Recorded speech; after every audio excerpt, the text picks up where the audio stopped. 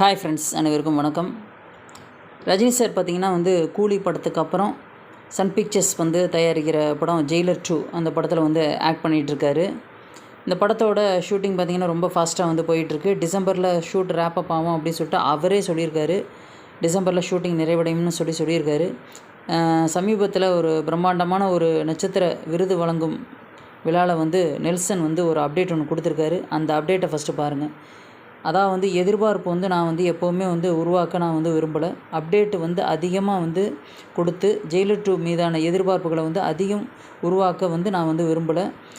மக்கள் அந்த படத்தை ஜெயிலர் 2 வெளியானதுக்கப்புறம் இந்த படத்தை பார்த்துட்டு படம் வேஸ்ட்டு சொதப்பியிருக்காங்க அப்படின்னு சொல்லிடக்கூடாது. அதனால் எப்போவுமே நான் அந்த அப்டேட்ஸ் கொடுக்குறது எல்லாமே நான் ஸ்டாப் பண்ணி வச்சுருக்கேன். அது மட்டும் இல்லாமல் எதிர்பார்ப்பை நான் முன்வைக்க மாட்டேன்.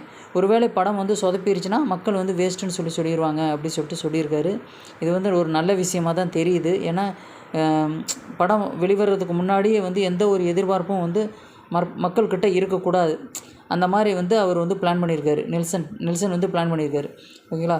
ஏன்னா இப்போ மக்கள் எப்படி எதிர்பார்ப்போடு வருவாங்க, மிகப்பெரிய ஒரு எதிர்பார்ப்போடு வருவாங்க, எப்படி இருக்கும் படம் அப்படி சொல்லிட்டு.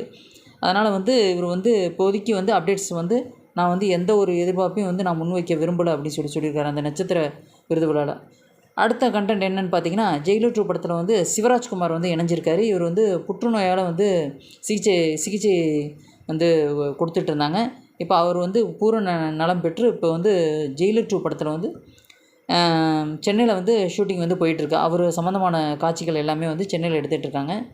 அது மட்டும் இல்லாமல் ஜெயிலர் 2 படத்தில் சிவராஜ்குமார் இணைஞ்சதுக்கப்புறம் பாலிவுட் நடிகர் மிதுன் சக்கரவர்த்தி அவரும் இந்த படத்தில் ஒரு முக்கியமான ஒரு கேரக்டர் பண்ணுறாரு அப்படி சொல்லிட்டு தகவல் வந்திருக்கு. ரொம்ப படத்துக்கு முக்கியமான ரோல் அப்படின்னு சொல்லிட்டு தகவல் வந்திருக்கு. இந்த வீடியோ பற்றி கீழே கமெண்ட்ஸில் மறக்காமல் பதிவு பண்ணுங்கள், சப்ஸ்கிரைப் பண்ணுங்கள், வீடியோ எல்லாருக்குமே ஷேர் பண்ணுங்கள். தேங்க்ஸ் ஃபார் வாட்சிங். தேங்க்யூ.